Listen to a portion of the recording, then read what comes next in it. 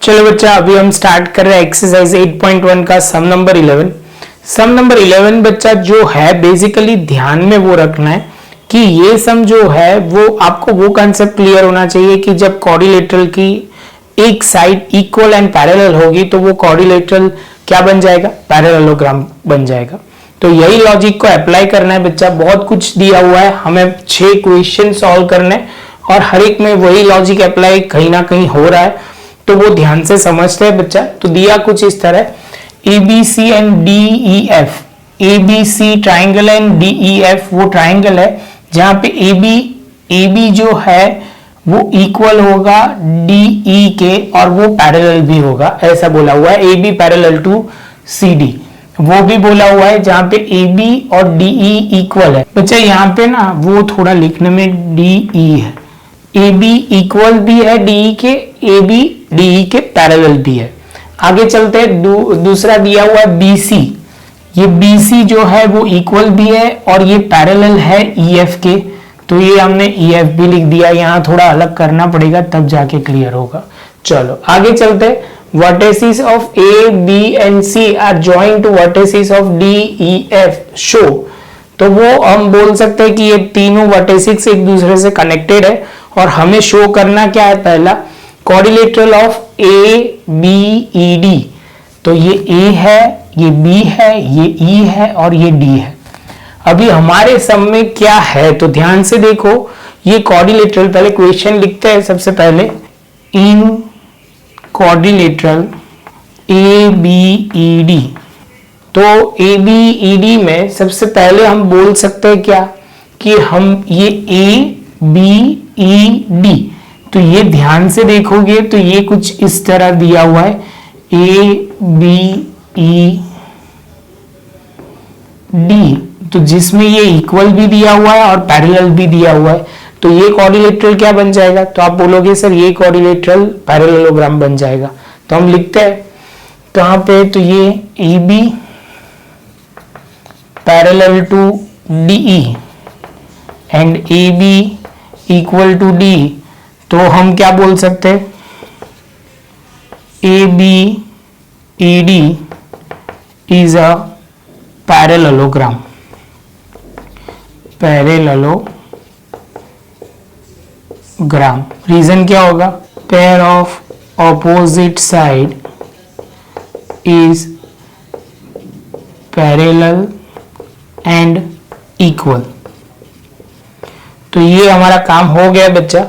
ये हर बार ध्यान रखना है। अभी जो पॉइंट इंपॉर्टेंट है तो इसके साथ हम क्या बोल सकते हैं, तो इसके आगे कंटिन्यूएशन में हम बोल सकते हैं कि BE जो है वो क्या होगी, BE जो है वो इक्वल AD की होगा। थोड़ा हम प्रॉपर लिख देते हैं, BE equal to AD and BE equal to, आप बोलोगे सर पैरेलल टू AD।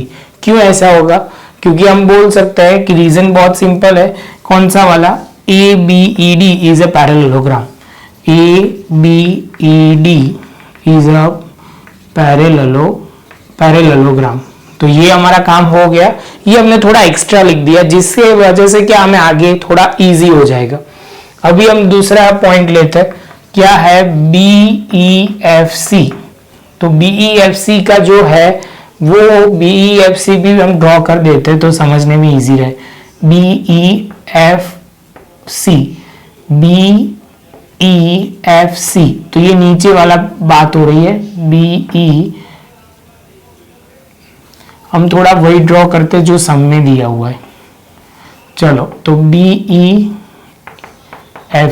तो BEFC हमने ड्रॉ कर दिया जिसमें हमें दिया हुआ है ये साइड पैरेलल भी है और इक्वल भी है।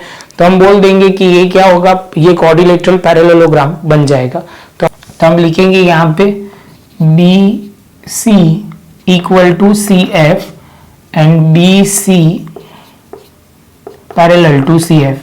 कैसे ये लॉजिक, तो गिवन है वो हम लिखेंगे, यहाँ पे भी लिखना है तो गिवन लिख सकते हो, वो ध्यान में रखना। जैसे ये पॉइंट क्लियर होता है बच्चा तो हम लिख लेंगे BEFC is a parallelogram. Reason क्या है वो क्लियर हो गया कि ऑपोजिट साइड जो है वो इक्वल भी है और पैरेलल भी है। तो इससे हमारा क्या काम होगा, तो इससे हम लिख सकते हैं आगे BE equal to EF and BE parallel to BE parallel to CF लिखना था बच्चा, CF ही लिखा, okay. BE parallel to CF, BE equal to CF। Reason क्या होगा, opposite side of parallelogram are equal. ये दोनों में वही लॉजिक लगेगा बच्चा, ये opposite side of parallelogram are equal. आप बोलोगे सर एक्स्ट्रा क्यों लिख रहे हो, तो बच्चा सिंपल सी बात है, आगे जरूरत पड़ सकती है इसलिए हम प्रूव करते जाते हैं और लिखते जाते हैं। आपको लिखना है तो लिख देना opposite side of parallelogram parallel and equal, opposite side of parallelogram equal and parallel. तो ये काम भी खत्म। चलो तो अभी आ जाएगा थर्ड। यहां पे दिया हुआ है AD पैरेलल टू CF, ये हमें लिखना है और वो बोला गया है कि वो आपको वो भी प्रूव करना है AD इक्वल टू CF। तो बच्चा हम क्या करेंगे, तो बहुत सिंपल सी बात है बच्चा, यहां ध्यान से देखो, यहां से ही हमारा काम हो जाएगा। जो BE है वो AD के इक्वल है और BE है वो CF के इक्वल है। Two thing equal to same thing are equal to each other. तो हम बोल सकते हैं पहले जो गिवन है वही हम लिख लेंगे। पहले तो यहां पे लिख देंगे 1 और यहां पे लिख देंगे 2। तो हम लिखेंगे यहां पे BE equal to AD and BE parallel to AD from 1। आगे चलते हैं बच्चा, same way BE parallel to CF and BE equal and parallel to CF, दोनों लिख देंगे फ्रॉम 2। तो अभी हम लिख सकते हैं AD इज इक्वल टू, क्योंकि BE जो है वो AD के इक्वल है और BE इक्वल टू CF है, तो हम लिख सकते हैं AD is equal to CF and AD parallel to CF। समझ में आ रहा है बच्चा? यहां देखे तो समझाता हूं। BE जो है वो AD के पैरेलल है और BE जो है वो CF के पैरेलल है। तो ये दोनों पैरेलल हो सकते हैं, तो इंटरनली ये दोनों भी पैरेलल हो सकते हैं, वैसे समझना है। क्लियर है? कोई डाउट नहीं है आपको? इसमें कोई होगा भी नहीं, ज्यादातर सिंपल है। फोर्थ पॉइंट आगे चलता है। तो फोर्थ में क्या दिया हुआ है, क्वाड्रिलेटरल ACFD। AC तो ये वाला पहले AC, तो ये क्रॉस वाला है ACFD। अब कई बच्चे बोलेंगे सर थोड़ा मिटाओ आगे पीछे का तो हमें वो फोकस हो जाए। लो चलो बच्चा थोड़ा गायब किया, लेकिन ये गायब करने से क्या होगा, कई बच्चे लिखेंगे नहीं तो वो प्रॉब्लम होगी। तो पॉज करके जरूरत लगे तो लिख लो तो आपके लिए अच्छा होगा। तो ये क्वाड्रिलेटरल को हमें करना है पैरेललोग्राम। तो अभी आप बोलोगे सर ये AD जो है वो CF के इक्वल है एंड पैरेलल भी है। तो बस तो हम लिख सकते हैं, सिंपल सी बात है बच्चा। तो हम लिखेंगे ACFD। तो यहां पे लिखेंगे AD equal to CF, AD parallel to CF। Logic क्या अप्लाई करोगे, तो आप बोलोगे सर ये जो है फ्रॉम कहां से आया, फ्रॉम 3, ये पॉइंट 3 में से आया हुआ है। यहां हम यहां 3 भी दे सकते तो भी चलेगा। तो जैसे ये होगा तो हम क्या बोलेंगे, ACFD is a parallelogram. Clear? Parallelogram होगा और लॉजिक क्या होगा, pair of opposite side is parallel and equal. जो पैरेलल और इक्वल होगी तो ये दोनों क्या हो, मतलब ये क्या बन जाएगा, क्वाड्रिलेटरल पैरेललोग्राम बन जाएगा। लास्ट में बच्चा क्या दिया है, AC is equal to DF। AC is equal to DF वो आपको प्रूव करना है। तो बच्चा ये इसमें हम फोर्थ वाले में ही आगे लिख सकते हैं। क्या लिख सकते हैं कि AC जो है वो इक्वल होगा DF के और AC जो होगा पैरेलल टू DF। आप क्या लिखोगे, opposite side of parallelogram are equal and parallel. क्योंकि ये पैरेललोग्राम प्रूव हो गया है तो हम ये लिख सकते हैं। जैसे ये लिखेंगे बच्चा तो फिफ्थ वाले पॉइंट में यही पूछा हुआ है, तो हम लिख लेंगे फ्रॉम, ये पॉइंट कौन सा लिख देना है, तो सीक्वेंस में फोर्थ ही आ रहा है, फ्रॉम पॉइंट नंबर 4 और लिख देना है सेम वही पॉइंट।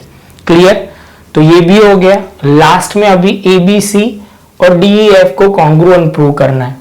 तो अभी बच्चा बहुत सिंपल है, चलो तो थोड़ा हम फिफ्थ को गायब कर देते हैं और सीधा फिफ्थ में लिखना शुरू करते हैं। ये हमारा सिक्स्थ पॉइंट है, फिफ्थ तो हमारा मिट गया, चलो सिक्स्थ। तो यहाँ पे triangle A B C and triangle कौन सा है दूसरा, डी ई एफ, ये हमें दिया हुआ है। तो आप ध्यान से देखोगे तो ए बी जो है वो डी ई के इक्वल है। कहां हमें दिया हुआ है, तो आप बोलोगे A B equal to D E, given है। दूसरा आगे जा सकता है, बी सी, ए बी के बाद बी सी लिया, B C equal to E F, वो भी गिवन। और लास्ट में जो है वो हमें ए सी चाहिए, ए सी इज इक्वल टू आप बोलोगे डी एफ, वो आप बोलोगे पॉइंट नंबर 4 से आ जाएगा, A C is equal to D F, ये वाला है ना। तो यहां पे लिखेंगे फ्रॉम 4, तो हम बोल सकते हैं by S S S congruency condition, side side side congruency condition, both the triangle are congruent to each other. यहां आपको लिखना है, थोड़ी जगह नहीं होगी तो आपको दिखेगा नहीं, जगह तो मेरे पास तो है लेकिन दिखेगा नहीं आपको। तो यही बच्चा हम लेक्चर खत्म करते हैं। प्रॉपर नोटबुक में लिखना, जहां जहां डायग्राम मैंने ड्रॉ किए वो जरूर करना, जिससे आपको बाकी का सारा क्लियर हो जाएगा। है तो सिंपल, बस थोड़ी प्रैक्टिस करोगे तो ये वाला सम इतना टफ नहीं है, थोड़ी प्रैक्टिस करना तो आपको इजीली क्लियर हो जाएगा। मिलते हैं बच्चा नेक्स्ट लेक्चर में नए एक सम के साथ।